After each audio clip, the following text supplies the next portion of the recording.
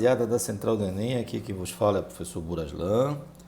Hoje tem uma aula muito bacana para passar para você, que é sobre a Idade Média, e o tema que nós vamos tratar nessa Idade Média vai ser o feudalismo. Vou trabalhar aqui esse tema com os senhores, com muito prazer, muita alegria. E vamos lá, vamos começar a nossa linha de hoje. A princípio, começando essa aula, eu preciso mostrar para vocês como é que se comporta todo esse processo de divisão da história quando se trata da história geral. Aqui eu mostro para os senhores a linha do tempo da história geral, por exemplo. Essa linha do tempo, ela começa a ser marcada pelos historiadores a partir de 4.000 anos antes de Cristo. Tudo que é antes de 4.000 anos, nós consideramos pré-história. E a partir aí de 4.000 anos, tá? Nós vamos começar a contar a Antiguidade Clássica, nós vamos chamar de Idade Antiga, até 476 depois de Cristo, quando caiu o Império Romano. Aí de 476, tá? Até 1453, nós temos a Idade Média, que é o tema da nossa aula de hoje. A passagem da Idade Antiga para a Média, a construção do feudalismo, todo o desenvolvimento da Idade Média até o século XV, tá? Nós vamos estar tratando com vocês. Então, em 1453 termina a Idade Média, começa a Idade Moderna. Lembrando que em 1453 é a tomada dos turcos otomanos, Constantinopla vai ser derrubada, beleza? Aí nós vamos ter uma nova era, que é a Idade Moderna, então até 1789, com a chegada da Revolução Francesa. E até os dias atuais, falamos de hoje, século XXI, nós vamos ter aqui a Idade Contemporânea. Então, o nosso recorte hoje é a Idade Média, tá? Onde nós vamos tratar aí o tema feudalismo, beleza, galera? Então, vamos lá. Vamos passar agora a linha do tempo da Idade Média. Então, nessa linha do tempo, eu vou apresentar para vocês uma novidade. Mas história tem novidade, professor? Claro, todo tempo os pesquisadores estão buscando novas fontes, novas formas de pensar a história. Então aqui, por exemplo, eu mostro a linha do tempo da Idade Média para você a partir do século III, que a princípio a história dividia a Idade Média a partir do século V. Então, do século V ao século XV se contava aí 1.000 anos de Idade Média. Mas eu tenho agora, a partir do século III, o que nós vamos chamar de Primeira Idade Média, que são os fundamentos da Idade Média. A herança romana clássica, a herança germânica, formação do cristianismo, né? O início da formação dos primeiros feudos, que vai até o século VIII. Então, até o século VIII, eu vou ter a Primeira Idade Média. A partir de então, eu vou ter a Alta Idade Média, que é uma nova unidade política de Carlos Magno, a dinastia carolíngia, o aumento do poder da Igreja Católica entre os século VIII até o século XI. No século XI, eu vou ter a Idade Média Central, consolidação do feudalismo, né? A expansão territorial, a expansão populacional, as cruzadas, que vão ocorrer aí entre o século XI até o século XIII. A partir do século XIII, eu vou considerar a Baixa Idade Média. Vou chamar esse período de Baixa Idade Média, que são as crises e os rearranjos da Idade Média, que vai culminar com a crise feudal e o início da modernidade, aquele processo de transição para a Idade Moderna. Então, até o século XV. Do século XV em diante, como eu falei para você, a partir de 1453, com a tomada de Constantinopla pelos turcos otomanos, aí nós vamos ter a Idade Moderna. Mas o nosso recorte hoje é falar sobre a Idade Média, a formação, tá? A consolidação, a expansão até a crise do feudalismo. Valeu, galera? Tudo bem? Então vamos adiante. A princípio, já que o tema é feudalismo, o que foi o feudalismo, gente? O feudalismo, ele foi um sistema socioeconômico que vai aí iniciar nesse contexto do século III e vai perdurar até o século XV. Então o feudalismo ele é um modo de produção, ou uma maneira como as pessoas produzem os bens necessários para a sua sobrevivência.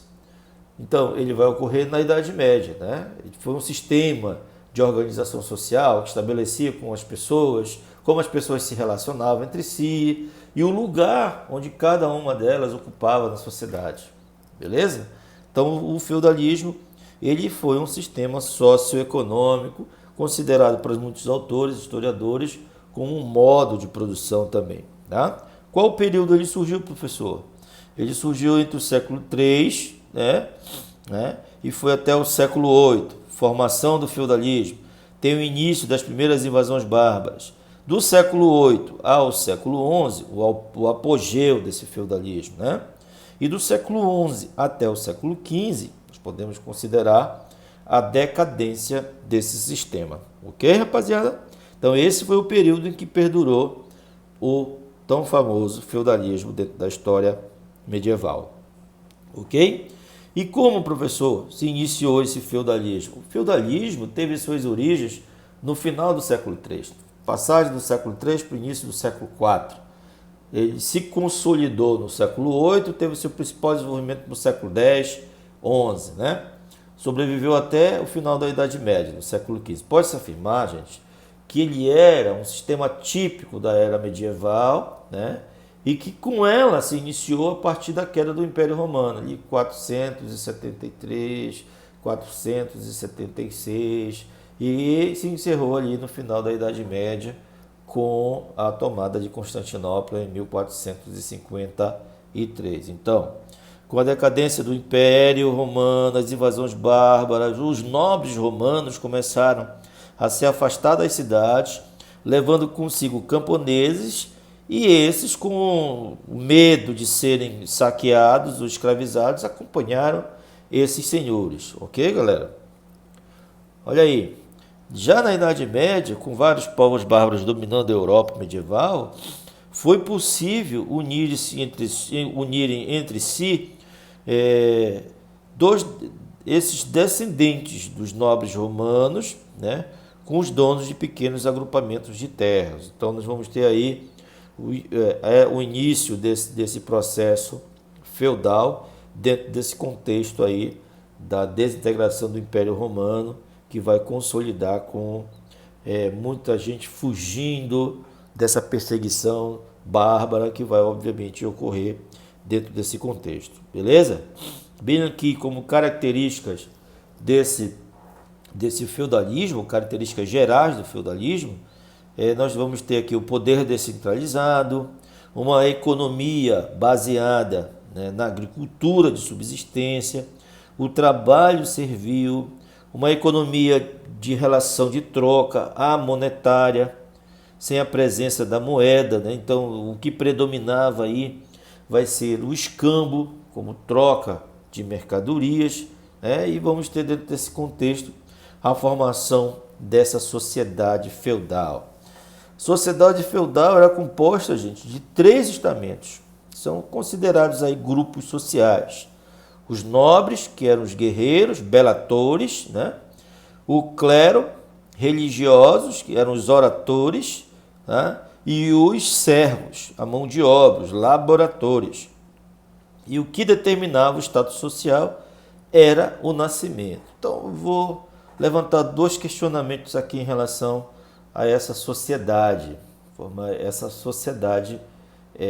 feudal, medieval. Aqui, muitos autores podem aparecer no Enem, textos de autores que defendem a ideia de que a sociedade feudal ela era estamental, não existia mobilidade social entre as camadas, né, ou grupos sociais. Mas podem aparecer textos de outros autores que discordam dessa visão e podem, na verdade, mostrar uma pequena mobilidade social quando há a formação do clero, que é o topo da pirâmide. Alguém da nobreza poderia se interessar a compor o clero, por exemplo. E aí existia uma troca, né, desse grupo social.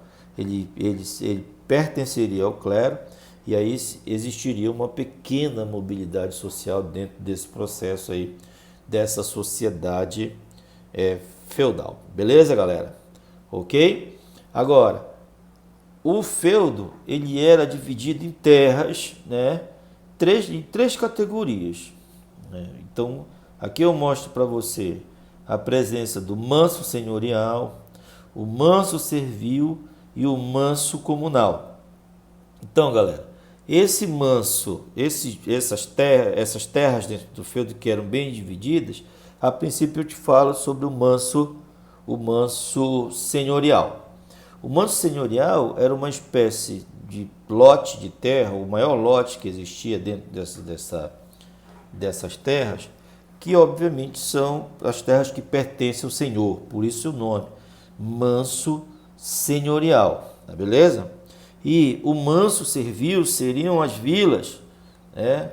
As terras que eram, na verdade, pertenciam ao senhor, mas eram cedidas, né? Eram cedidas aos seus servos, ok? Lá eles cultivavam as suas hortas, construíam as suas casas e viviam ali da produção de subsistência, ok? E o manso comunal eram as terras comuns, onde todos tinham acesso para plantar, né, para o pasto, entre outras atividades. Então, para resumir a história, o manso senhorial correspondia a metade das terras cultiváveis em todo o feudo, né?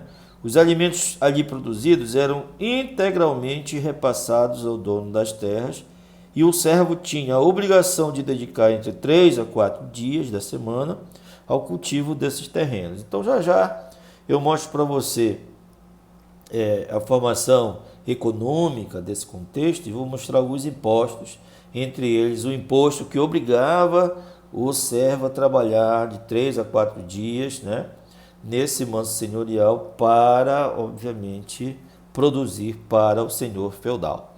Beleza, galera? Então vamos adiante. O clero tinha como função oficial rezar, como eu disse para você. No topo da pirâmide, na prática, ele exercia o poder político sobre uma sociedade bastante religiosa, né? Onde o conceito de separação entre religião e política era desconhecido, né?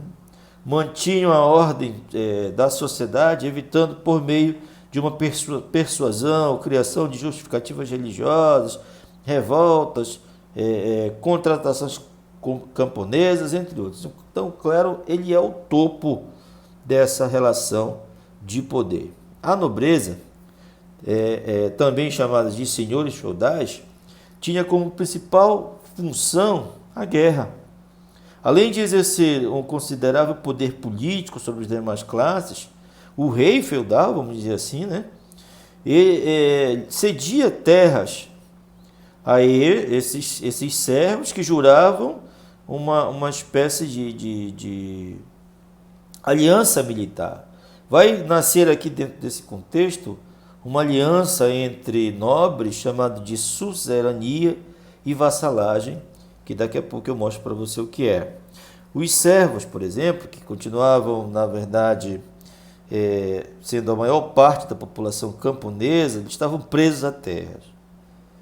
Sofriam a intensa exploração, eram obrigados a prestarem serviços à nobreza, a pagar impostos, né, em troca da permissão do uso da terra e de proteção militar. Então, deixa eu esclarecer uma situação aqui para os senhores. Nós não vamos ter a presença dentro do feudalismo do modo de produção escravista. Aqui nós vamos ter um modo de produção servil. O servo ele não é uma propriedade do senhor. O servo ele está preso à terra, mas ele não é escravo do senhor feudal.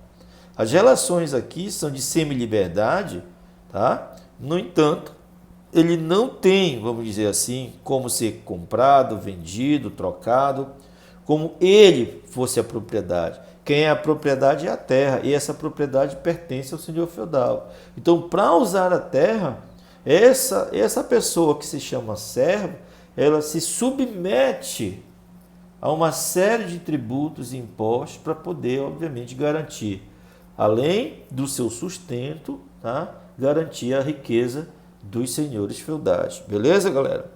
Aí aqui, a seguir, eu vou mostrar para vocês aqui, ó. Havia também a relação de suzerania entre os nobres, onde um nobre suzerano doa um feudo para outro nobre que vai se chamar vassalo. Apresentava pouca ascensão social e quase existia mobilidade, né? A igreja foi a forma dentro desse contexto, né? Além disso, para mostrar para vocês aqui, os vassalos oferecem ao Senhor, que é o seu suzerano, ou suzerano, como queiram chamar, essa fidelidade e trabalho em troca de proteção a um lugar do sistema de produção, né? As redes de vassalagem entendiam-se por várias regiões, sendo o rei o suzerano mais poderoso. Existia então aqui dentro de um contexto, essa suzerania e vassalagem, os senhores feudais possuíam terras, né? E exploravam suas riquezas cobrando impostos e taxas desses nobres em seus territórios. É uma relação entre nobres. Um nobre mais rico e um nobre menos rico. O mais rico cede terra ao menos rico. E o menos rico, obviamente, oferece a sua proteção, oferece a sua defesa, oferece todas as suas honras a esse mais rico. Então, o menos rico defende o mais rico, tá? Dentro dessa troca de relações aí. Então, esses vassalos podiam ceder parte das terras recebidas para outros nobres menos poderosos, que eles passavam a ser os seus suzeranos, desses segundos vassalos. Então vai haver uma cadeia dentro desse processo de vassalagem e suzerania, beleza? Aqui embaixo mostro para você a relação de comitatus. O comitatus, que vem da palavra comites, companheiro, era de origem romana e unia os senhores das terras pelos laços de vassalagem, tipo essa proteção militar e essa fidelidade, ó. Quando prometiam fidelidade e honra uns aos outros, né? Aí tem o colonatus. O colonatus ou colonato, o proprietário das terras concedia trabalho e proteção aos seus colonos, em troca de parte de toda a produção desses colonos. Então é importante você anotar aí, meu aluno querido da Central do Enem, que além de existir a relação de vassalagem e suzerania, né, existia também a relação de comitatus e a relação de colonatus. Beleza, galera? Vamos adiante. Vamos adiante, então, seguindo com a nossa aula de feudalismo. Os tributos e impostos, as principais obrigações dos servos que, na verdade, consistiam aí dentro do contexto. Primeira relação de tributo que eu mostro para você, as duas primeiras, na verdade, é a corvéia. Primeiro é a corvéia. A corvéia é o trabalho compulsório nas terras do senhor, o manso senhorial, em alguns dias da semana. Lembra que eu falei lá no início da aula? Disse que o servo tinha que trabalhar entre 3 e 4 dias no manso senhorial. E aí ele trabalha, produz e toda essa produção fica para o senhor feudal. O nome desse imposto é corvéia, beleza?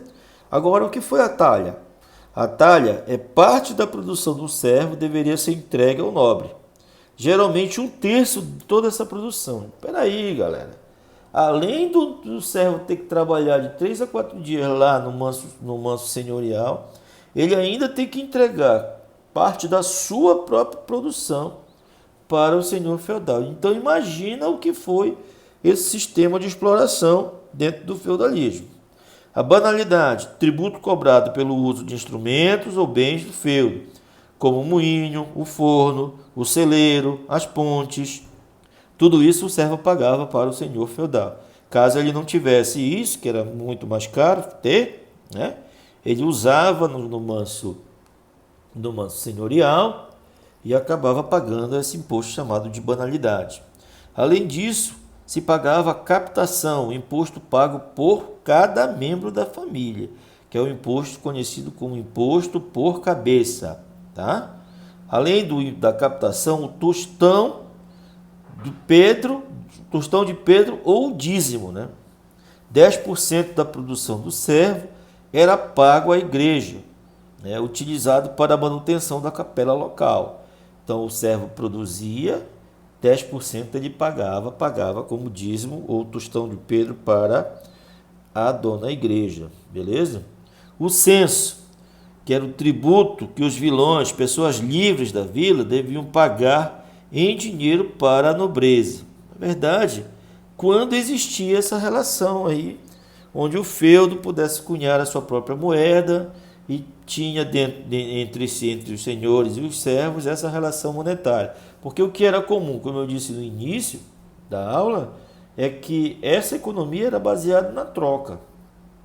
Mas com o passar dos anos foram aparecendo moedas, cunhagem de moedas e depois relações monetárias, depois o surgimento de uma nova classe social que vai se chamar burguesia, que é a classe dos comerciantes, e isso tudo vai, obviamente, lá no final dessa Idade Média, ali próximo ali do final da Idade Média, nós já vamos ter um novo sistema de comércio dentro do processo, tá? A taxa de justiça. Os servos e os vilões deviam pagar para serem julgados no tribunal do nobre. Olha aí. Além disso, a formaliagem, né? Quando o nobre resolvia se casar, todo servo era obrigado a pagar uma taxa para ajudar no casamento. Regra também válida para quando um parente do nobre iria casar. Todo casamento que ocorresse entre os servos deveria ser aceito pelo suzerano. No sul da França, especialmente, olha aí, o senhor poderia ou não determinar que a noite de núpcias de uma serva seria para o usufruto dele próprio e não do marido oficial. Tal fato era incomum no restante da Europa, pois a igreja o combatia com veemência. Mas o que existia aqui dentro desse processo é o direito do senhor ter a primeira noite com a noiva, que nem era dele. Então o servo fosse casar, imagina, aí a noite de núpcias não era com o marido dela, era com o senhor feudal. Tá bom pra ti, mana? Tá bom pra ti, mano? Mamãe do céu. Então bora. A mão morta. A mão morta era o pagamento de uma taxa para permanecer no feudo da família servil em caso do falecimento do pai ou da família. Beleza? Pagamento de uma taxa para permanecer no feudo da família servil em caso de falecimento do pai ou da própria família. E a albergagem? Era a obrigação dos servos em hospedar o senhor feudal caso fosse necessário. Valeu, galera?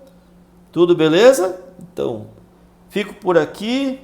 Muito obrigado. Essa foi uma aula para que você pudesse entender como funcionou esse sistema feudal dentro da Idade Média. Então, um grande abraço. Até a próxima. Valeu!